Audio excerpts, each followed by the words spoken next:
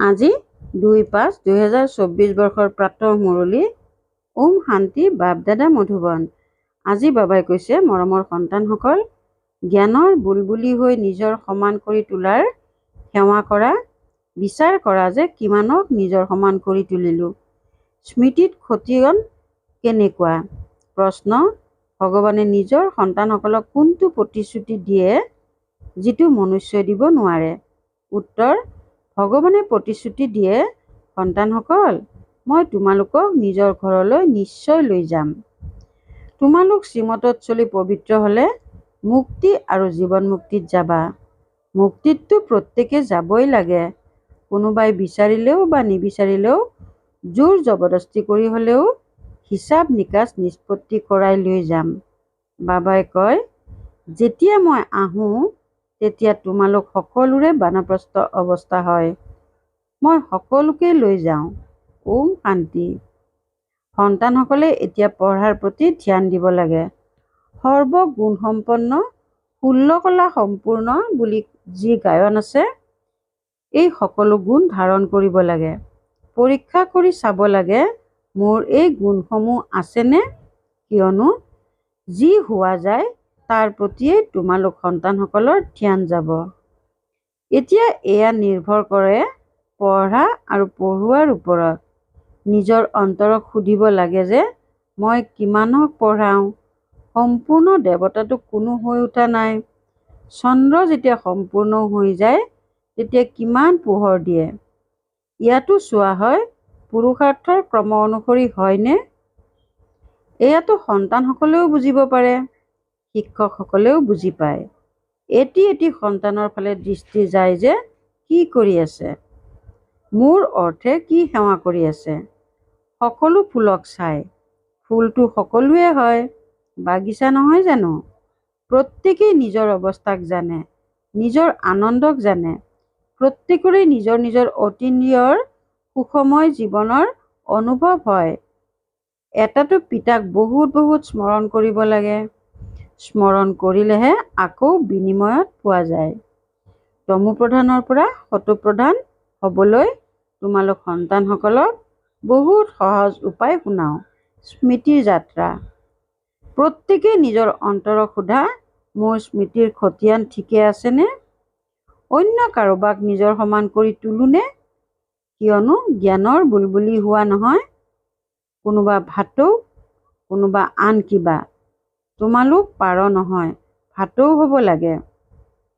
ভিতৰি নিজক সোধা, বহুত সহজ। কিমানলৈকে বাবা মোৰ স্মৃতিত থাকে? কিমানলৈকে অতীন্দ্ৰিয় সুখত থাকোঁ? মনুষ্যৰ পৰা দেৱতা হ'ব লাগে নহয়। মনুষ্যটো মনুষ্যই হয়। পুৰুষ অথবা মহিলা দুয়োৱে দেখাততো মনুষ্যই হয়। আকৌ তোমালোক দৈবী গুণ ধাৰণ কৰি দেৱতা হোৱা। তোমালোকৰ বাহিৰে আন কোনো দেৱতা হ'বলগীয়াই নহয়। ইয়ালৈ আহাই দৈবী কুলৰ অংশীদাৰ হ'বলৈ। তাতো তোমালোক দৈবী কুলৰ অংশীদাৰ হোৱা। তাত তোমালোকৰ কোনো ৰাগ দ্বেষৰ শব্দও নাথাকিব। এনেকুৱা দৈবী পৰিয়ালৰ হ'বলৈ খুব পুৰুষাৰ্থ কৰিব লাগে। পঢ়িবও নিয়ম অনুসৰি লাগে। কেতিয়াও ক্ষতি কৰিব নালাগে। বেমাৰ হ'লেও বুদ্ধিত যাতে শিৱ বাবাৰ স্মৃতি থাকে। ইয়াতেতো মুখ চলোৱাৰ কথাই নাই। আত্মাই জানে আমি শিৱ বাবাৰ সন্তান। বাবা আমাক লৈ যাবলৈ আহিছে। এইটো অভ্যাস বহুত ভাল হ'ব লাগে। য'তেই নাথাকা পিতাৰ স্মৃতিত থাকা। পিতা আহিছেই শান্তিধাম সুখধামলৈ লৈ যাবলৈ। কিমান সহজ। বহুত আছে যিসকলে বেছি ধাৰণা কৰিব নোৱাৰে। বাৰু স্মৰণ কৰা। ইয়াত সকলো সন্তান বহি আছা। ইয়াৰ ভিতৰতো ক্ৰমানুসৰি আছে। হ'বতো নিশ্চয় লাগে। শিৱ বাবাক স্মৰণ নিশ্চয় কৰে। অন্যৰ সংগ এৰি এজনৰ সংগ লওঁতেতো সকলো আহিব। আন কাৰো স্মৃতিত নাথাকিব। কিন্তু ইয়াৰ বাহিৰে অন্তিমলৈ পুৰুষাৰ্থ কৰিবলগীয়া হয়। পৰিশ্ৰম কৰিব লাগে। ভিতৰত যাতে সদায় একমাত্ৰ শিৱ বাবাৰেই স্মৃতি থাকে। কৰবালৈ ঘূৰিব ফুৰিব গ'লে তেতিয়াও যাতে ভিতৰি পিতাৰেই স্মৃতি থাকে। মুখেৰে কোৱাৰ দৰকাৰ নাই। এয়া সহজ পাঠ। তোমালোকক পঢ়াই নিজৰ সমান কৰি তোলে। এনেকুৱা অৱস্থাতে তোমালোক সন্তানসকল উপনীত হ'ব লাগে। যেনেকৈ শত্ৰুপ্ৰধান অৱস্থাৰ পৰা আহিছা, সেইটো অৱস্থাত পুনৰ উপনীত হ'ব লাগে। এয়া বুজাবলৈ কিমান সহজ। ঘৰৰ কাম কাজ কৰি চলোতে ফুৰোতে নিজক ফুল কৰি তুলিব লাগে। বিচাৰ কৰি চাব লাগে যে মোৰ কোনো খেলি মেলিটো নাই। নিজক পৰীক্ষা কৰিবলৈ হীৰাৰ দৃষ্টান্তও বহুত ভাল। তোমালোক স্বয়ং আতচি কাঁচ, সেয়েহে নিজক পৰীক্ষা কৰিব লাগে যে মোৰ তিলমাত্ৰও দেহ অভিমানটো নাই।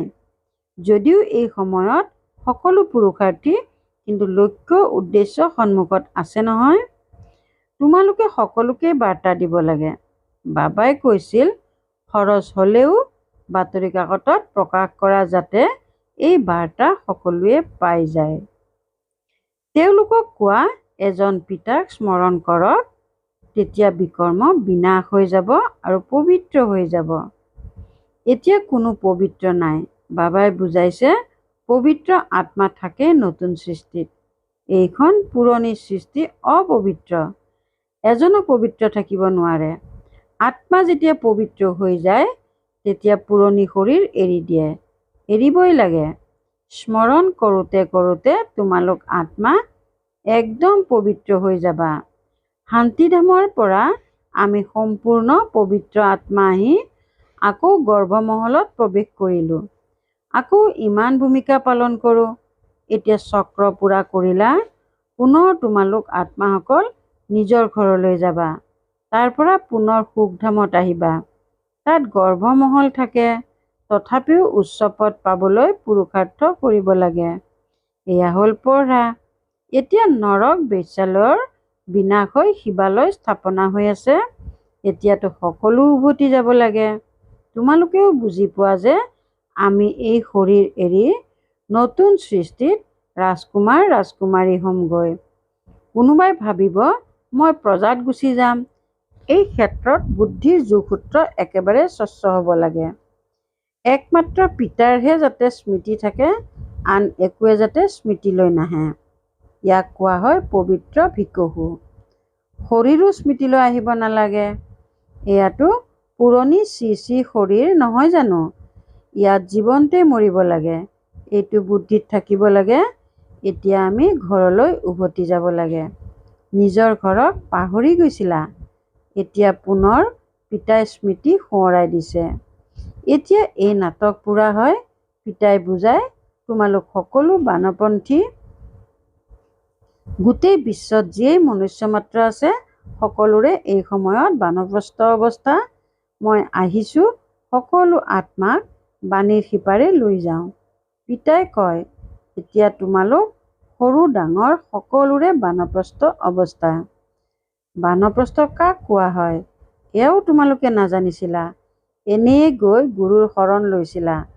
তোমালোকে লৌকিক গুৰুসকলৰ দ্বাৰা আধা কল্প পুৰুষাৰ্থ কৰি আহিছা, কিন্তু জ্ঞান একোৱেই নাই। এতিয়া পিতাই নিজে কয় তোমালোক সৰু ডাঙৰ সকলোৰে বানপ্ৰস্থ অৱস্থা। মুক্তিটো সকলোৱে পাব। সৰু ডাঙৰ সকলো শেষ হৈ যাব। পিতাই সকলোকে ঘৰলৈ লৈ যাবলৈ আহিছে। এই ক্ষেত্ৰতো সন্তানসকল বহুত আনন্দিত হোৱা উচিত। ইয়াত দুখৰ অনুভৱ হয়। সেইবাবে নিজৰ মৰমৰ ঘৰক স্মৰণ কৰে।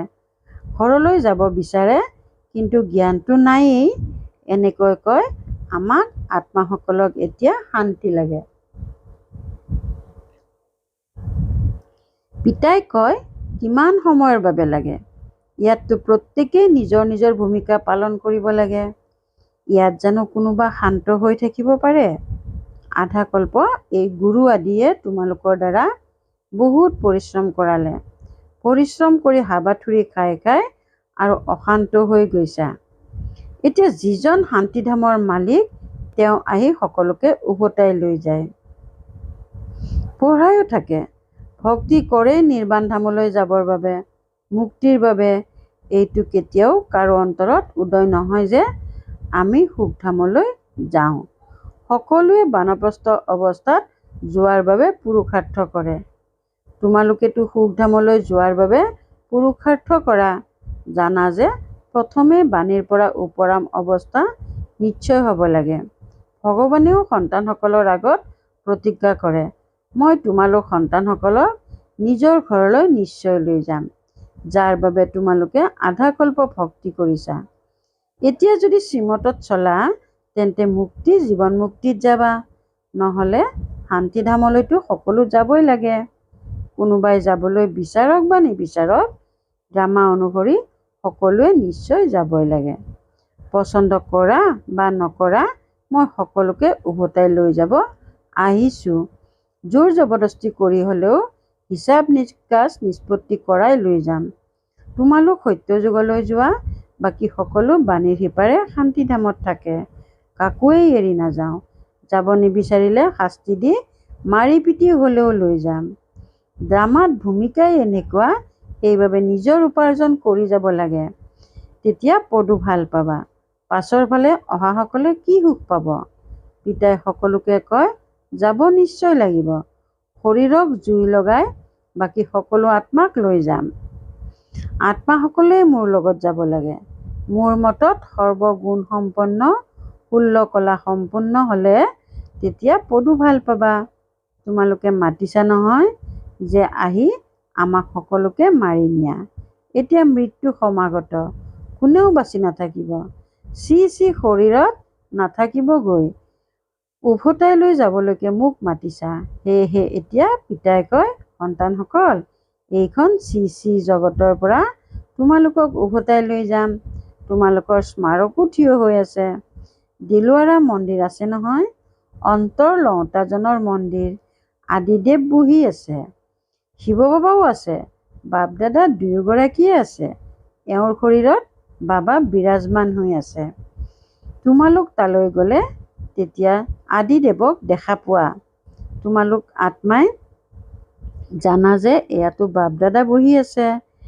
এই সময়ত তোমালোকে যি ভূমিকা পালন কৰি আছা তাৰেই স্মাৰক থিয় হৈ আছে। মহাৰথী, অশ্বৰোহী, পদাতিকো আছে। সেয়া হৈছে জ্বৰ, এয়া হৈছে চৈতন্য, ওপৰত বৈকুণ্ঠও আছে। তোমালোকে গৈ আৰ্হি চাই আহা, দিলৱাৰা মন্দিৰ কেনেকুৱা। তোমালোকে জানা, কল্পই কল্পই এই মন্দিৰ এনেকৈয়ে নিৰ্মাণ হয়, যিটো আকৌ তোমালোকে চাবাগৈ। কিছুমান বিভ্ৰান্ত হৈ যায়। এই সকলো পাহাৰ আদি জহি খহি গৈছে, পুনৰ হ'ব কেনেকৈ?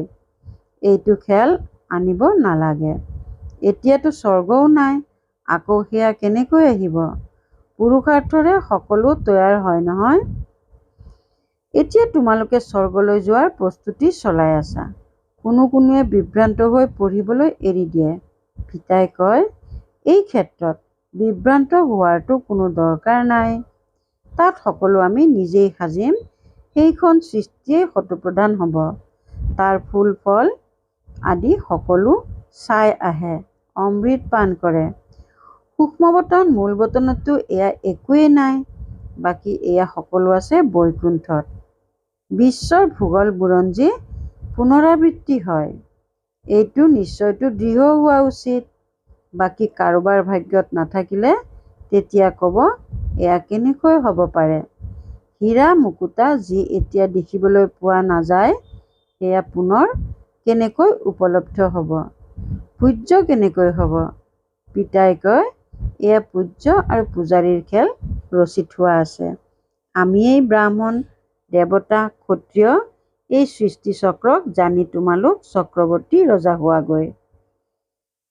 তোমালোকে বুজি পোৱা সেইবাবেতো কোৱা, বাবা কল্পপূৰ্বেও আপোনাক লগ পাইছিলোঁ। আমাৰ এই স্মাৰক মন্দিৰ সন্মুখত থিয় হৈ আছে।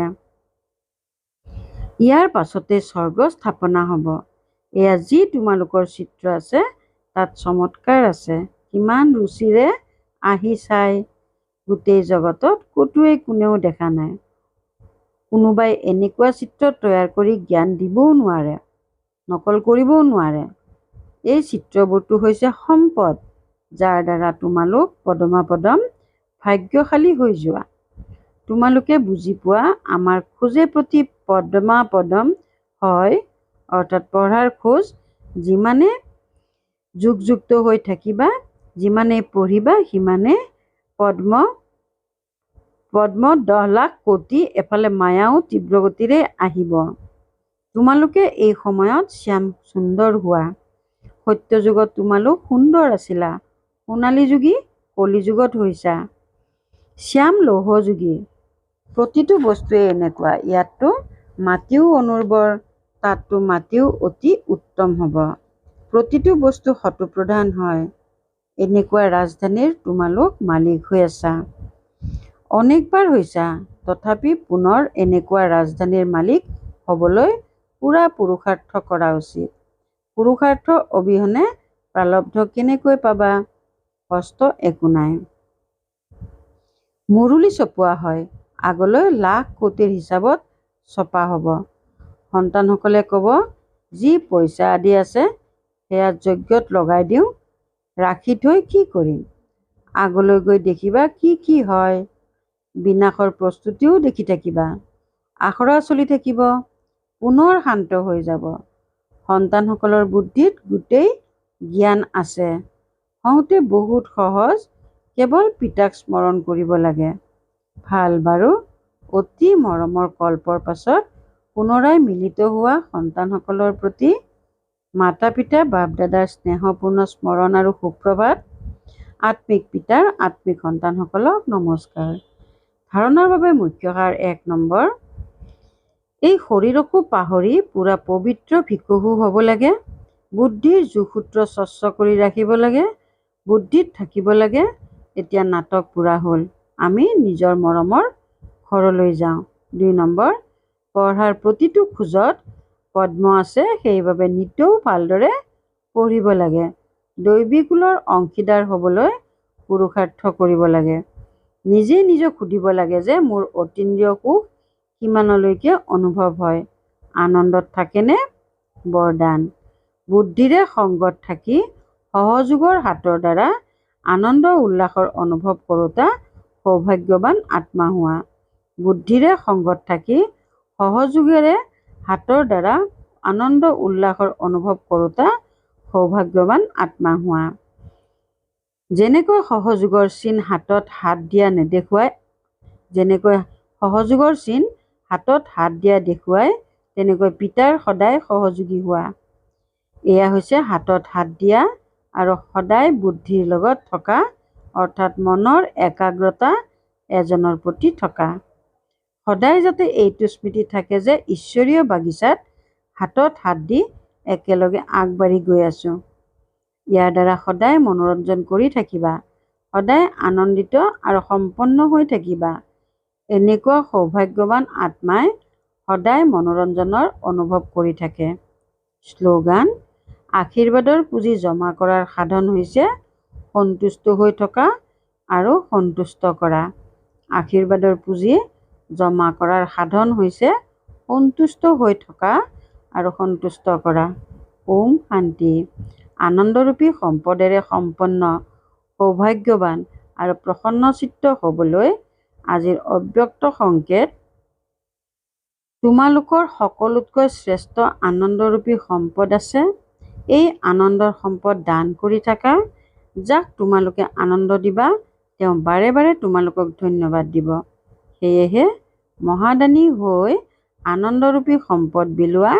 দান কৰিলে মনৰ প্ৰসন্নতা আৰু সন্তুষ্টতাৰ অনুভৱ হ'ব। ওম শান্তি।